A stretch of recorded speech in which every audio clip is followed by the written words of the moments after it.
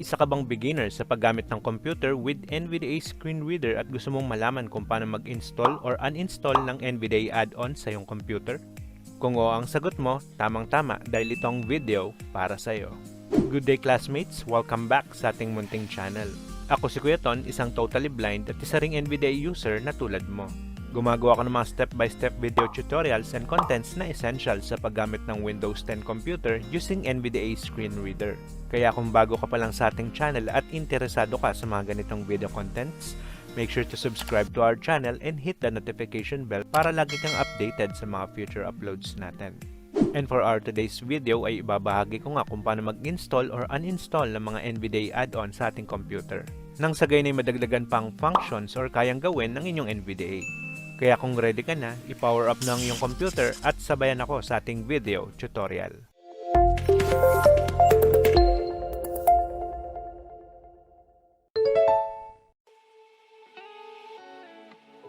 Bago tayo magsimula, shoutout muna sa mga nag-comment sa mga videos natin. Shoutout sa iyo, Ira V. Regola na nag-request ng video kung paano mag-setup ng margin sa Microsoft Word. Gagawa natin yan ng video at maraming salamat sa iyong video request. Shoutout din sa iyo si Brian TV na isang YouTube channel na may content about math. Kaya kung gusto niyo matuto about math tulad ko, mag-subscribe na rin kayo sa kanyang YouTube channel. Shoutout din sa iyo, Nerica US Cario na isa ng licensed professional teacher at kapapasa lang ng licensure exam last year. Congratulations po, Ma'am Nerica. At shoutout din kina Christian Elvinia at Camille De Castro na nagpahayag ng kanilang suporta. Sa inyong lahat, maraming salamat sa inyong pagsuporta at pagtangkilik sa ating munting channel. Tulad nila, kung gusto nyo mapasama sa shoutout, mag-comment lang sa ating mga videos. Ang NVDA add-ons ay karagdagang functions and features ng NVDA para mas ma-enhance pa ang capability nito about accessibility. Magandang malaman kung paano mag-install or uninstall ng mga NVDA add-ons para makapili kayo kung ano idadagdag or tatanggalin ninyo. Una, ituturo ko sa inyo kung paano mag-install ng NVDA add-ons at ito ay may dalawang paraan. Una, hanap tayo ng file na NVDA add-ons. Dito sa desktop, naglagay ako ng NVDA add-on file dito sa loob ng Kuyaton folder. So, press ko letter K for Kuyaton. K. Kuyaton 2 of 5. Pasok tayo, enter. Kuyaton window. Tree view. Quick access collapsed 1 of 2 level 0. Items view list. Animals not selected 1 of 7. Then press ko yung letter I for IBM TTS, letter I. Add-Ons v20.02 b3 by BHP 6 of 7. So pag in-install ang NVDA add-on na to, madadagdagan ang synthesizer ng NVDA. Check natin yung mga current synthesizer ng NVDA. Press natin Ctrl plus NVDA plus letter S. Select synthesizer dialog. Synthesizer. Combo box Windows 1 Core Voices collapsed Alt plus S. So itong Windows 1 Core Voices, yung active synthesizer ko ngayon. Press pa natin up or down arrow key, check pa natin yung iba, down arrow. No speech. Up arrow naman. Windows 1 Core Voices. Up arrow. Microsoft Speech API version 5. Up arrow. eSpeak NG. So wala pang IBM TTS na synthesizer. Balik muna tayo sa Kuyaton folder. Kuyaton window. Items view list. Add-Ons v20.02 b3 by BHP 6 of 7. Dito sa file, right arrow tayo, check natin yung file type. Type edit NVDA add-on package read only row 6 type column 3. So tama, NVDA add-on ng file. To install, press lang natin ang enter. Add-on installation dialog. Are you sure you want to install this add-on? Only install add-ons from trusted sources. Add-on, Add-Ons driver 20.02 b3. About add-on. Button Alt plus A. Pag enter, lalabas ang dialog box na to. Tinatanong kung sigurado tayo sa pag-install ng NVDA package na to. By pressing tab, makikita natin yung mga option. Press natin tab. Yes button Alt plus Y. May yes, tab uli. No button Alt plus N. May no, tab uli. About add-on. Button Alt plus A.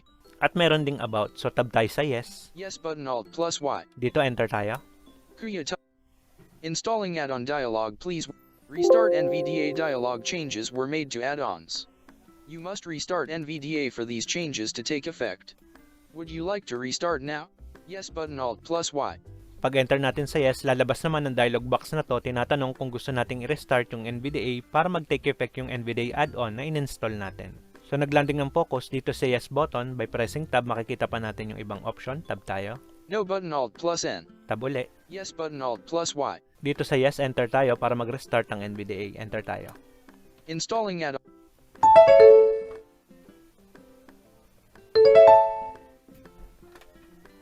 Kuyaton window. Items view list. Type edit NVDA add-on package read only row 6 type column 3. So check natin na yung synthesizer list. Tingnan natin kung nadagdag na yung IBM TTS, Control plus NVDA plus letter S. Select synthesizer dialog. Synthesizer. Combo box Windows 1 core voices collapsed Alt plus S. From here, press natin yung up arrow. Microsoft Speech API version 5. Up arrow. So nadagdag na nga ang IBM sa synthesizer ng NVDA natin. Press natin ang enter, check natin kung gumagana. Enter tayo dito. Kuyaton window, items view list, type edit NVDA add-on package read only row 6 type column 3. At gumana rin ang synthesizer na in-install natin. Pangalawang paraan naman ng pag-install ng NVDA add-on sa pag-access sa NVDA menu. So press natin NVDA plus N. NVDA menu. From here, down arrow tayo hanggang sa mahanap natin ang Tools submenu. Down arrow. Preferences submenu P. Down arrow. Tools submenu T. From here, right arrow tayo to expand. Right arrow. View log V. Once expanded, press natin ang down arrow hanggang sa mahanap natin ang Manage Add-ons.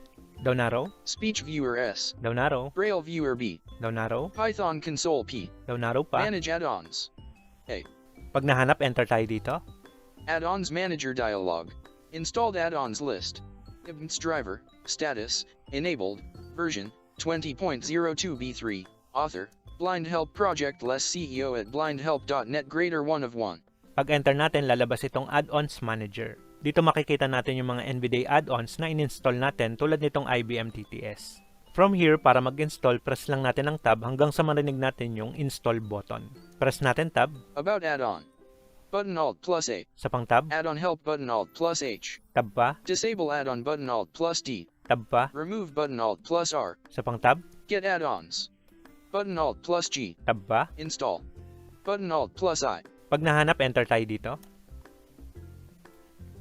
Choose add-on package file dialog file name. File name, combo box collapsed. Edit Alt plus N blank. Pag enter natin sa install button, lalabas itong dialog box at pinapalocate yung next NVDA add-on na install natin. So para lang tayo mag-upload ng file sa internet. So try na natin i-locate, press natin yung Shift plus Tab hanggang sa marinig natin ang tree view. Press natin Shift plus Tab. Items view list. Sa pa. Perf logs not selected. Sa pa. Tree view. Level 2 local disk. C. Collapsed 8 of 8. Dahil nasa loob ng Kuyaton folder yung installer natin na nasa desktop, press natin yung D for desktop. D. Desktop collapsed 2 of 8 level 2. Pag nahanap, enter tayo, then press Tab. Items view list. Kuyaton not selected. Dito sa Kuyaton, spacebar tayo. Space. Then enter. Items view list. Animals not selected. From here, press natin yung letter R for remote, letter R. R. Remote 2.3. So ito yung next NVDA add-on na install natin. Right arrow tayo, check natin yung file type. Type edit read only NVDA add-on Pacific. So tama na NVDA add-on yung file type, press na natin yung enter to install. Add-on installation dialog. Are you sure you want to install this add-on? Only install add-ons from trusted sources. Add-on, remote support 2.3. About add-on. Button Alt plus A. Tulad kanina, lalabas ulit itong dialog box at tinatanong kung sigurado tayo sa pag-install ng NVDA add-on. So press lang ulit natin yung tab, hanapin natin yung yes button. Tab tayo. Yes button Alt plus Y. Dito sa yes, enter tayo. Add-Ons Manager. Installing Add-Ons Manager dialog. Installed add-ons list. Remote support. Status. Install. Enabled after restart. Version 2.3.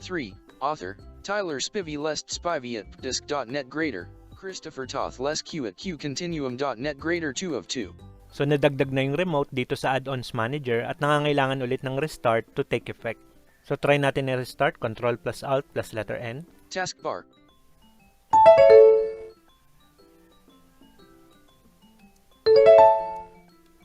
Loading NVD. Taskbar.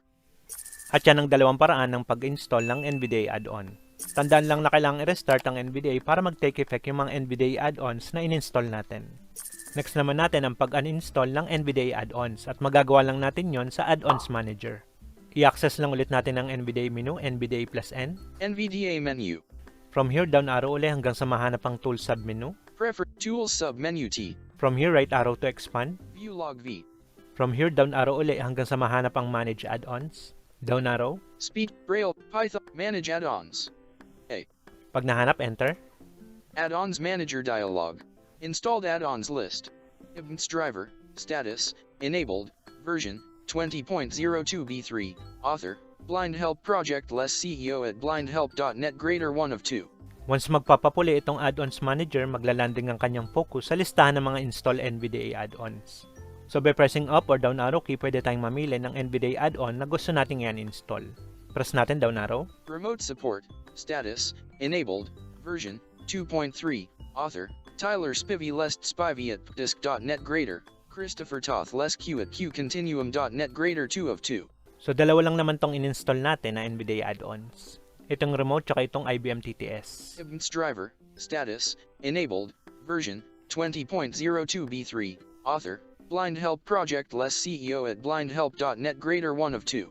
To uninstall, tapatan lang yung NVDA add-on na gustong i-remove. For example, itong IBM TTS. Then from here, press lang natin yung tab hanggang sa marinig natin yung remove button.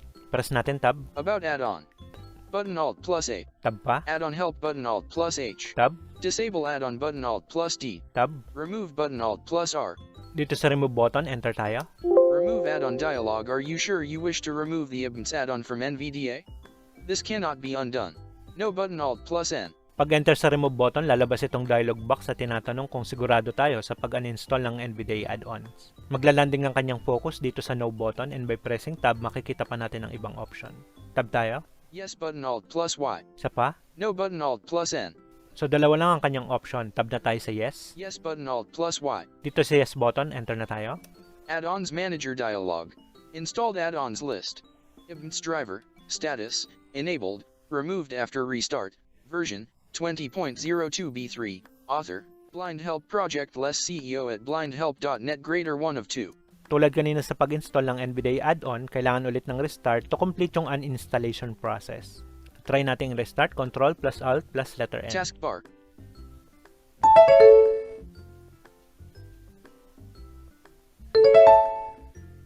Loading NV Taskbar.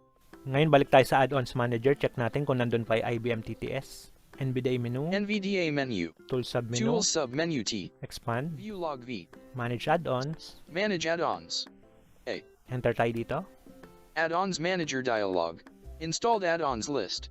Remote Support, Status, Enabled, Version, 2.3, Author, Tyler Spivey lest Spivey at disk.net greater, Christopher Toth less Q at qcontinuum.net greater 1 of 1. 1 of 1, meaning successful nating na-install yung IBM TTS. Alright classmate, at yan na nga natatapos yung tutorial natin kung paano mag-install or uninstall ng NVDA add-ons. Maraming salamat sa inyong panonood. At kung nakatulong sa inyong ating tutorial ay i-like lang ang ating video at i-share ito sa iba pang NVDA users. I-comment lang din ang inyong katanungan at topic na gusto nyong gawan ko ng video basta may kinalaman sa paggamit ng Windows 10 computer using NVDA screen reader. Muli ako si Kuya Ton, ang inyong guide sa paggamit ng inyong computer using NVDA screen reader. Magkita-kita po muli tayo sa susunod nating video. Have a nice day!